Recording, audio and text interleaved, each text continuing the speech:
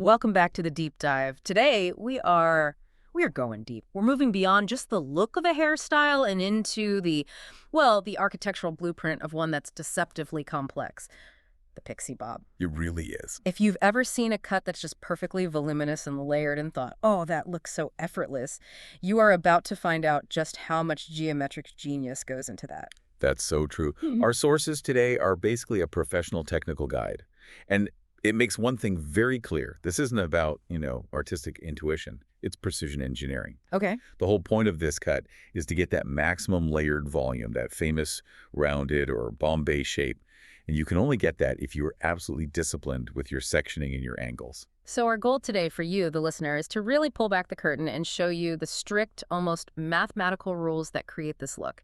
We want to show you why some cuts hang perfectly and just move beautifully, while Does others... this look choppy or Yeah. flat? Exactly. It all comes down to controlling the angle. And if you miss just one angle, the entire structural integrity of the cut just collapses. It's less like hairdressing and more like high-level cartography, really. I love that. Okay, let's unpack this. We have to start where all good architecture starts, right? With the foundation. We're talking initial separations before a single pair of shears even touches the hair. Exactly. Before the first cut, the stylist has to map the head. It's crucial. We need two critical reference lines to define the geometry of the entire style. And the first one is the big one, the crown separation. How is that line defined so precisely? It's incredibly specific. You have to imagine drawing a perfectly horizontal line across the head. Okay. It starts right at the forehead, where the hairline begins, and it runs back, touching the highest point of the comb, what they call the crest, and extends straight across from one ear all the way to the other. Wow. So you're isolating this massive top section, the crown. Yes. And that is the powerhouse. It's where all the volume we want to create is going to come from. So that separation gives us the horizontal boundary. What about the vertical one? We need to divide left from right. And that's the profile separation. This is a line that runs vertically from the very start of the forehead, straight back along the center, all the way down to the base of the nape. So it basically quarters the head, gives you 4 zones to work in. Symmetrically, yes. And I notice in the technical guide, even the hair inside that main crown separation gets divided again. Why so much micromanagement up top? Well, because that area, sometimes they call it the hat separation, that's where you have to preserve the most length. Ah, for the fringe and the front pieces. Exactly. You're creating layers that need to fall back beautifully, but you can't risk accidentally cutting the fringe area too short while you're building all that volume in the back. This initial sectioning, it feels tedious, but it literally pre-programs the entire shape. That makes perfect sense. The planning is done. Now we move into actually doing it, starting at the lowest point, the nape. Right, this is where the cutting begins, and we use horizontal separations. We have to get that base length established first. We do, but even before that, there's a little prep step that often gets overlooked. Cleaning up the nape area. That very bottom section with all the little fuzzy hairs, some of them even grow in reverse. And that's just a quick job with a razor or clippers, right, to get a super clean line. Precisely. It creates a crisp, permanent baseline to build on. Once that's clean, we start taking horizontal sections, about a finger width, across the back. The head is tilted just slightly forward for this. Okay, and here it is. The first critical angle we've been talking about, 45 degrees. The stylist starts on the right, works to the center. So tell us, why 45 degrees? Why is that the magic number for this base layer? The 45-degree angle is what establishes a soft, gradual layer. Not a hard, blunt line. Exactly that. Think of it like a gentle slope on a roof. By holding the hair out at 45 degrees, you're making sure that the hair that falls closest to the scalp is just a little bit shorter than the hair that falls over it. I see. This builds the fundamental graduation. So you cut from the right to the center, then the left to the center, and you connect them perfectly in the middle. That sets the whole lower foundation. Okay, so we're graduating softly up at 45 degrees. But then as we move higher, we hit the occipital bone, that bump on the back of your head, and the angle just, it radically shifts. Jumps from 45 straight to 90 degrees. Why such a dramatic jump right there? Because that jump is the functional anchor for the whole cut. That section around the occipital bone is where we establish the absolute shortest point. The shortest point. Yes. When you lift the hair to 90 degrees relative to the curve of the head, you are cutting the hair at its minimum possible length in that zone. Oh, so the 90-degree cut there is like a physical barrier. Everything below it is the base, and everything that comes after it has to be longer than the short anchor point. You've got it. It separates the foundation from the main layered volume. If you didn't create that extreme shortness right there at 90 degrees, the layers on top would just fall straight down. You'd get a heavy, dense bob. Not a light, graduated Pixie Bob. Not at all. Yeah. That 90-degree point is the highest point of shortness on the entire back of the head. That distinction, that 90-degree anchor point, is fascinating because now, as we move into the main body of the cut, the angles start to get really clever to build that lift we're after. This is where the technical genius really comes out. We're leaving the occipital area, and the goal is that short to long graduation that creates all the volume. Right. And to do this, we have to introduce what the guide calls the critical rule, the 90045 rule. Okay, let's break that down, because on paper it sounds like a paradox. The stylist is told to comb the hair vertically, straight out from the head, which is 90 degrees. But then the cutting angle switches back to 45 degrees. Why lift at 90 if you're only cutting at 45? Because that 90-degree lift is all about control. It's essential because it eliminates the pull of gravity. When you pull the hair straight out, perpendicular to the head, you're making sure every single strand is at an equal tension. You're basically taking the head shape out of the equation for a moment. Okay, so the 90-degree lift is for consistency. Precisely. Now, by holding that 90-degree lift, but then only cutting at a 45-degree angle, you are over-directing the length upwards. Ah, I see. So when that hair falls back down, every strand you cut at that 45-degree angle will naturally fall just a little bit longer than the strand beneath it. That contrast, the 90-degree comb angle versus the 45-degree cutting angle, is what guarantees that beautiful progressive graduation. So wait, if you use 90 degrees for both the lift and the cut, what would happen then? You'd get a really blunt interior layer. Which would defeat the whole purpose. Completely. A 90 on 90 cut gives you a very layered but very uniform internal length. It creates a square, heavy shape, not the soft, rounded graduation we want.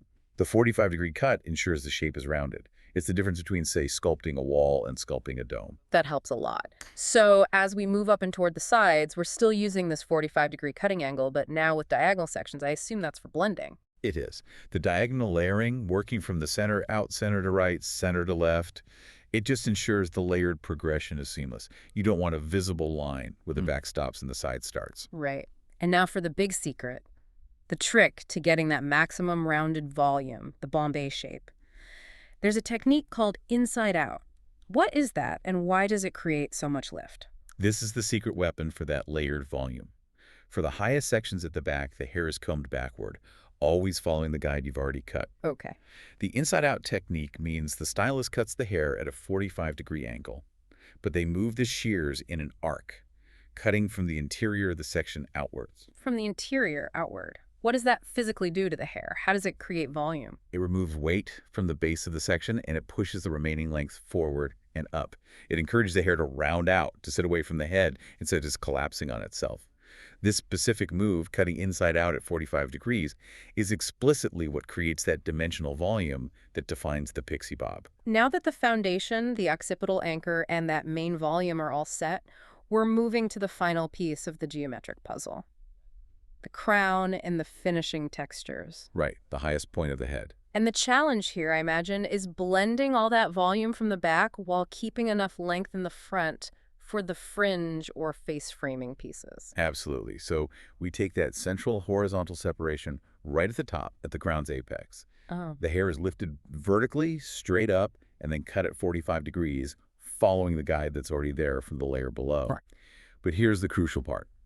This layering is cut using what's called a traveling guide, and you work from short to long. Short to long at the very top, lifted at 45 degrees. How does that protect the length in the front? Because you start your guide at the back, which is the shortest point, and that guide travels forward. Since the hair is held straight up from the scalp, by the time you get to the front hairline, you're lifting hair that's much longer. But you're only cutting it to meet that traveling 45-degree angle. Ah, so it preserves the length you need for the fringe area. It does, while still giving you the layers you need to blend into that voluminous back. So the back is short and full of volume, the front stays long and soft, and it's all connected by that 45-degree traveling guide. How do you finalize those front sections? They get combed backward, and cut at a precise 45-degree angle to connect them smoothly with everything happening in the back. It just manages that transition perfectly no matter what kind of part or fringe you want later. Okay, the geometry is done, the shape is there, Mhm. but like you said, if you just leave it with these strict lines, it's going to look stiff, maybe even choppy. This is where texturizing comes in to soften everything up. This phase is completely non-negotiable for a pro finish. Texturizing is what makes a technically perfect cut look soft, loose, and, well, effortless. We have to introduce movement and get rid of any harsh lines or what the guide calls scissor marks. And what are the main tools for that in a cut this layered? Thinning shears are used a lot. The guides say to start thinning just the ends, working your way up from the nape all the way to the crown. The goal is to reduce density on the inside without touching the outside length. Are there any specific techniques for the really short bits, like at the nape, to make sure they fall softly? Yes. For the nape area, which has to be super fine and unstructured, the stylist uses a channeling technique. They cut little vertical channels into the hair from top to bottom. Oh, okay. It just encourages the hair to separate and fall in a much looser way. For very, very short sections, you might also use scissors-over-comb for controlled thinning. That makes sense for the base. But what about those longer top sections we work so hard to preserve? How do you texturalize those without losing too much length? For the longer sections up top, the guide specifies using deep point cutting first, sometimes called pictas. And that's cutting vertically into the ends. Right, you're creating tiny varied lengths within the strand itself. And this is done before you do a final pass with the thinning shears. Why do point cutting before the thinning shears on top? Because point cutting softens that line dramatically. It prevents that dreaded shelf look where layers look like they're just stacked on top of each other. The goal is flow and movement. So the combination of deep point cutting and then some light thinning ensures every section is just perfectly blended. That's what gives you the finished look that's dimensional and soft. That was truly a masterclass in geometric styling. I mean, it is astounding how much precise measurement goes into a look that seems so relaxed. Well, if we boil it all down, you, the listener, now understand that creating a soft, voluminous pixie bob starts with establishing those strict boundaries, the crown and profile separations, and then it's all about a highly controlled sequence of angles. Right. We built the foundation with a soft 45-degree graduation, then we anchored the whole thing with that radical 90-degree cut at the occipital bone. And then all that volume is built on the paradox of the 9045 rule, lifting for control, but cutting for length. The entire design really hinges on the disciplined use of that 45-degree angle in almost every context. It just proves that complex volume is never an accident. It's the direct result of precise geometric calculation. So here is our provocative thought for you to carry forward. The next time you see a really beautifully layered haircut, think about this. We spent a lot of time on that 90-45 rule lifting, the hair straight out at 90 degrees, but cutting at 45. Now consider this. What if the stylist just failed to lift the hair all the way to 90 degrees? Maybe they only lifted to 60 or 70 degrees before making that 45-degree cut. What would the consequence be? The result would be a flat, heavy line. The graduation would just stall because gravity and the weight of the head would interfere. That simple act of pulling the hair those extra 20 degrees that fundamentally defines the difference between a dense, blunt cut and the gravity-defying, soft, voluminous style we analyze today. It's the difference between a heavy shape and effortless movement. The geometry really is everything. Thank you for diving deep into the architecture of hair with us today on The Deep Dive.